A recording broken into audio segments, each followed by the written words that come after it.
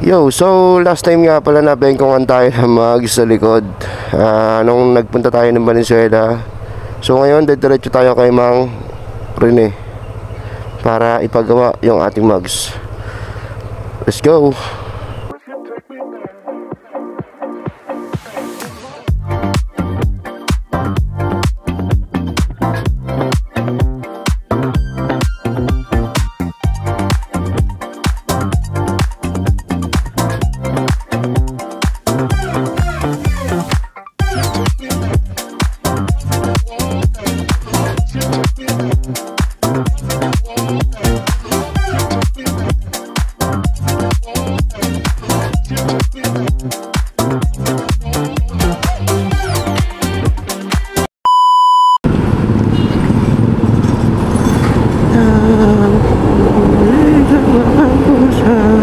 So pag ano nga kayo dito sa lumang munisipyo, babaybayin nyo yan. Noong munisipyo ng Caloocan, babaybayin mo yung padiretso itong street na to hanggang sa makita natin yung Motor Star na tindahan. Sa Motor Star na tindahan na yun, so bandang kaliwa noon meron China Bank. Papasok tayo doon na mismo sa tapat si Mang Rene.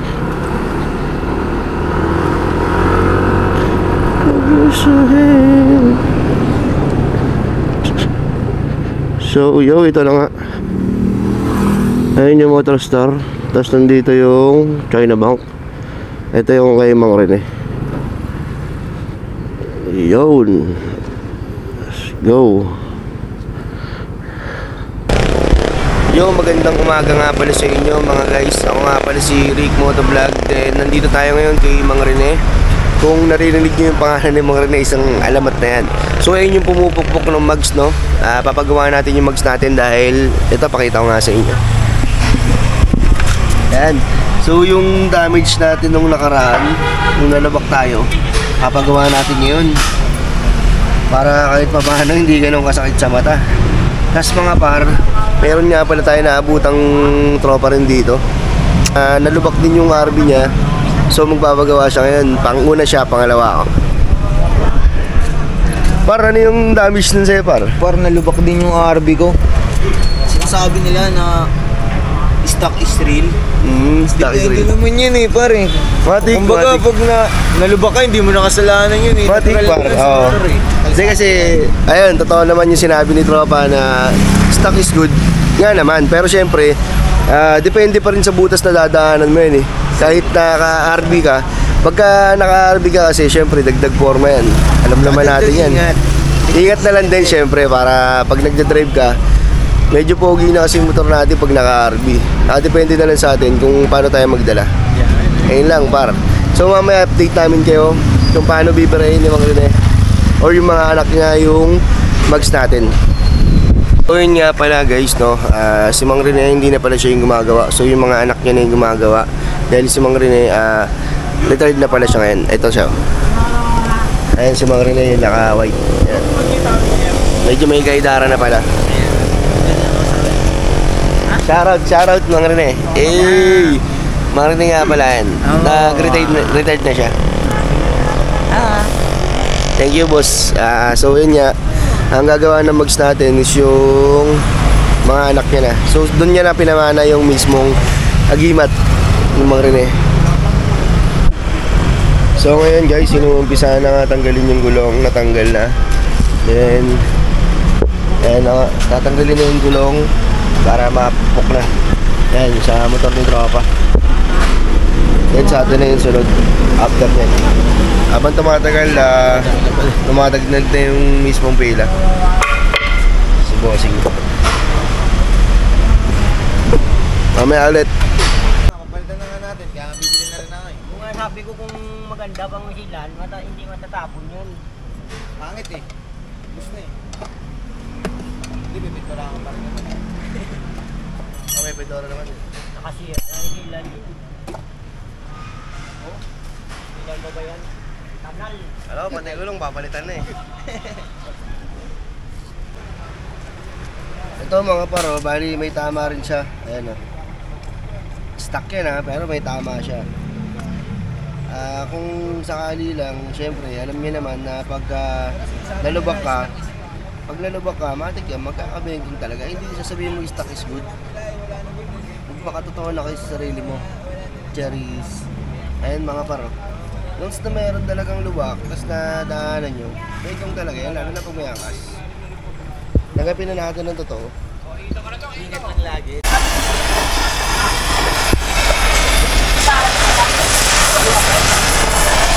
Nainin ko na siya mga para pagkainit, siyempre lalambot yan. So pag lumambot yan, nakakaroon na nebosin yan sa pumalik ko dati yung iba.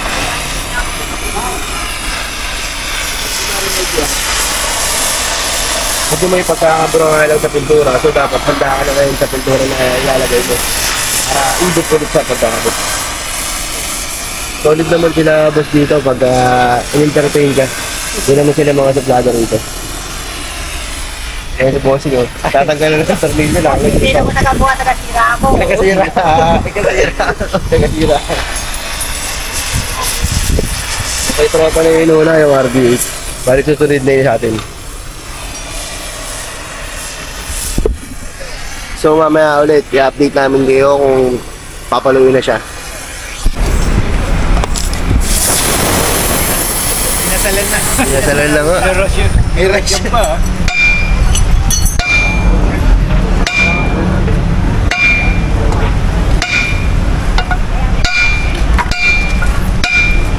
So yun nga pala no, ito yung panghulma ni boss. This is it. Yan. Yung pinakamaywagang panghulma, tsaka yung masonitor. Kay Tor pa galing yan. Parang ano lang. Masonitor. Parehas pa ng vocalitor si bossing. Oh. Solid talaga. Wala ka lang nakikita kislat. Pero solid yan. Pero pwede mo yung maliit. Oo. Ano, nakita mo? Checking ni ko yan. Bossing ba ba?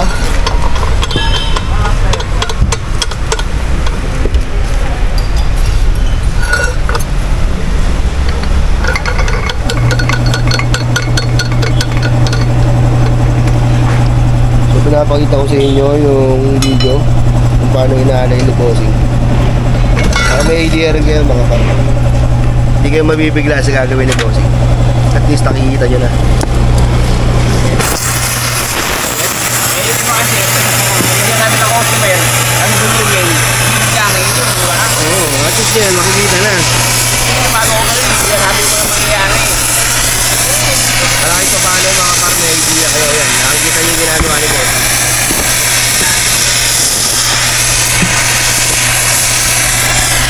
Dati na nga yung susunod par. Natanggal ni bossing yung ano, yung gulong.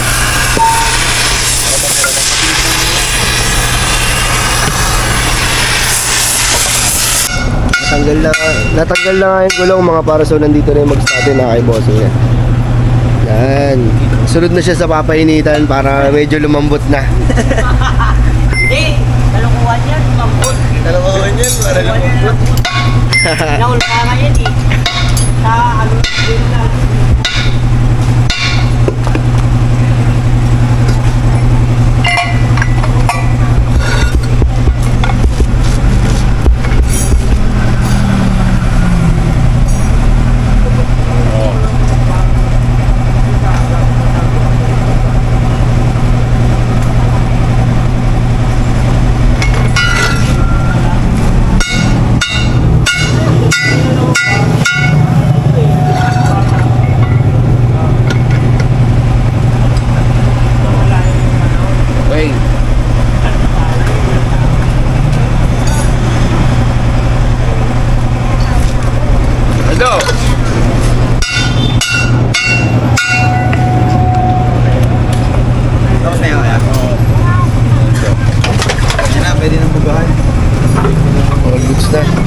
So bumili kasi kami ng pintura na samurai. Ayan, gati kami ni tropa. Samurai paint na white. Para after na mabugan, after na mapukpok, bubugahan namin para kulay white pa rin. Sa akin yan, dahil na sa akin na. Liya, no? Dito lang pumili tayo Liya. Kahit naman na lang par. Nasa mo.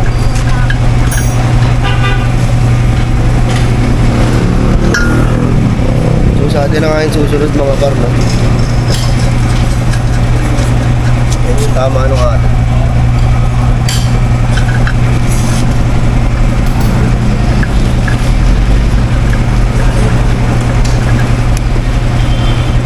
Ilanggan lang yung pito kasi baka madamay.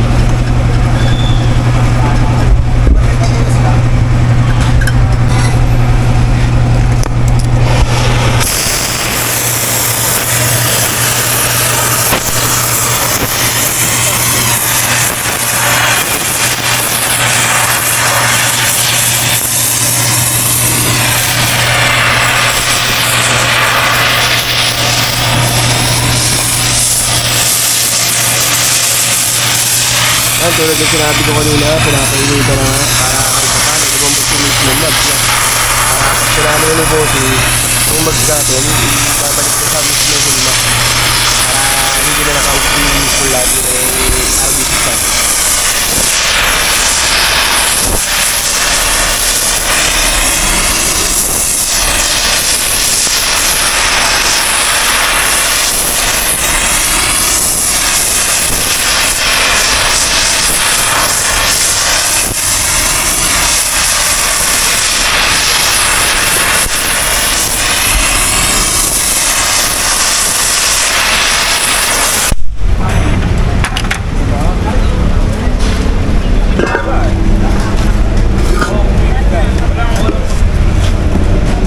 Papaluin na nga, hawak ang kultahan tsaka ng maso.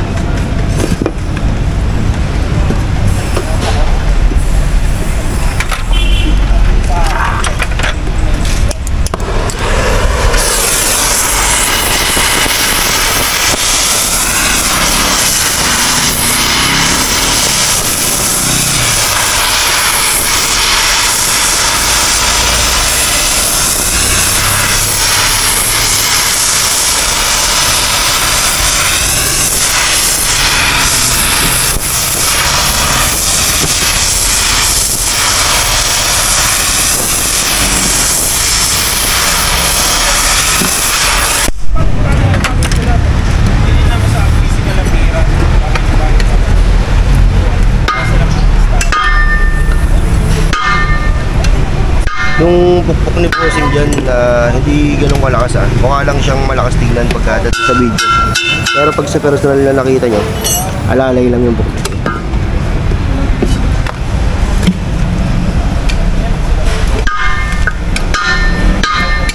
So, sa lahat ng bengkong yung mags dyan, kung gusto nyo ng saktong gawa, solid na gawa, tapos yung single is sakto lang, tala kayo dito kay Mang Rene sa 10 Love. Motorstar, tapos China Bank. Oh, 10 Love. Ayan, so okay na yung dapat inuuna yung before and after, no? Inuuna, no? Nakuha na ba yung before and after? Kita naman. So ngayon na yan, napaka-smooth na. Wala nang naka-hosting labi. Maganda yung pagkakapukpok. Yung poproblemahin na lang natin dito is yung pintura na lang. Solid. Thank you, boss. Thank you.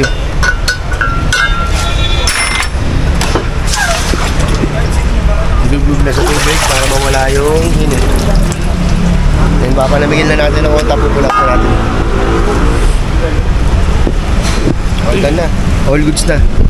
Ang gagawin na lang natin is i-sprayan natin ng white para maging okay yung kulay niya. Tapos na nga natin ipapukpok. Binubahan na natin siya ngayon ng spray paint pansamantala para hindi pa akit din. Kahit pa paano may kulay ulit pa rin. Kasi pag kita yung sunog ng mismong acetyl, pangit naman tignan. So binugahan muna natin ng samurai paint kahit pa paano para hindi siya pangit tignan. Pangontra pangit itsura. Paparepaint na lang natin yan pagka nagkaroon tayo ng budget. Yan, so ang dami na ngang binibira na bossing, yung mga dumadating ng bago na pukpok. Kila bossing. So yun nga, after na ito, update ko kayo pagka nakabit na natin sa mismong motor natin. Solid, mabisa, wala akong masabi. Sa mga gustong magpapukpok ng mags, punta lang kayo dito kaila Mang Rene. Tenab, dito sa mismong Tenab, sa Motorstar, tapat ng China Bank. Ayun na, Motorstar yung tawid niya, then yung China Bank, tapos dito na yung pinaka-pwesto ni Mang Rene. 9:30 siya nagbubukas. So yun guys, mamaya update ko kaya pag nakabit na. So ngayon mga ropa, meron tayong dagdag information dito kila Mang Rene. Nag-align nga pala siya ng chassis tsaka ng shock. So ito yung shock. Ayan o. So dinala sa kanya rito, ipapa-align sa kanya mismo. Then ito naman yung chassis. Kung gusto nyo magpa-align ng chassis, yung mga nabangga, yung mga sumalpok na hindi naka-align. So yan o, hindi naka-align yung chassis yan. So si Bossing gumagawa niyan. Dito lang din kay Mang Rene. Hey Bossing, ito lang hanapin nyo, boss. Si Bossing nga lang pala hanapin nyo pag gusto nyo magpagawa ng solid. Yung talagang wala kang masasabi ng kahit konti. Ayun lang. Boss, thank you ha. Thank you. And thank you nga pala kay Bossing. So ito nga pala sa chassis. And bali mamaya bibirahin nyo na mamaya yan. Sa magpapagawa ng mags, chassis, tsaka ng shock, magpapa-align, punta lang kayo rito kay Mang Rene Tenab, Motorstar, China Bank, tapat lang sila rito. So yun, mamaya update ko kayo pag nakabit na yung mismo na natin mags natin. Nakabit na yung mismong gulong Bossing. Nakabit na yung gulong natin. Mags na NMAX yun. May gulong din sabi na. Halos lahat binibira nila rito, complete NMAX.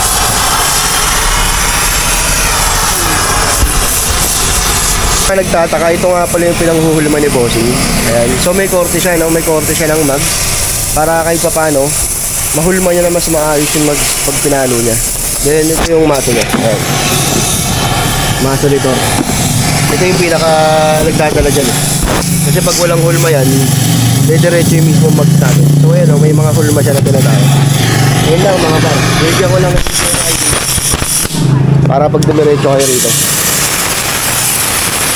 Ayun nga mga par, kinakabit na yung gulong natin. All goods na. Kalang bento. Kalang tama. Babae na lang ang may mga tama.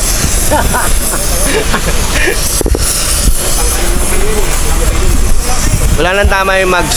Babae na lang ang palagi tama.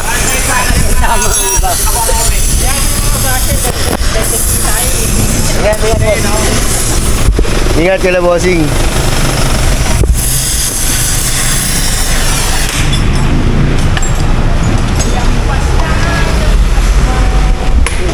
So natapos na nga tayo dito kay Mang Rene, kay Bossing. Thank you nga pala kay Bossing. Pagka pupunta kayo rito, Motorstar, China Bank, Tenab, diretso lang kayo rito. Tapos na yung mags natin, wala na siyang tama. Okay na, need repaint na lang. Ayan o, i-repaint na lang natin, pero pansamantalayan muna. Ayan na nga guys, no? So uwi na tayo. Ingat boss, ingat. Yo, so tara na, bounce na tayo. Yeah, thank you ya. Thank you boss. Boss, thank you ha. Salamat.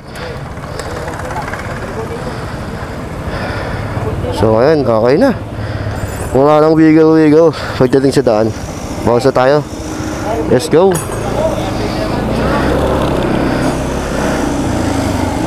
Brum brum.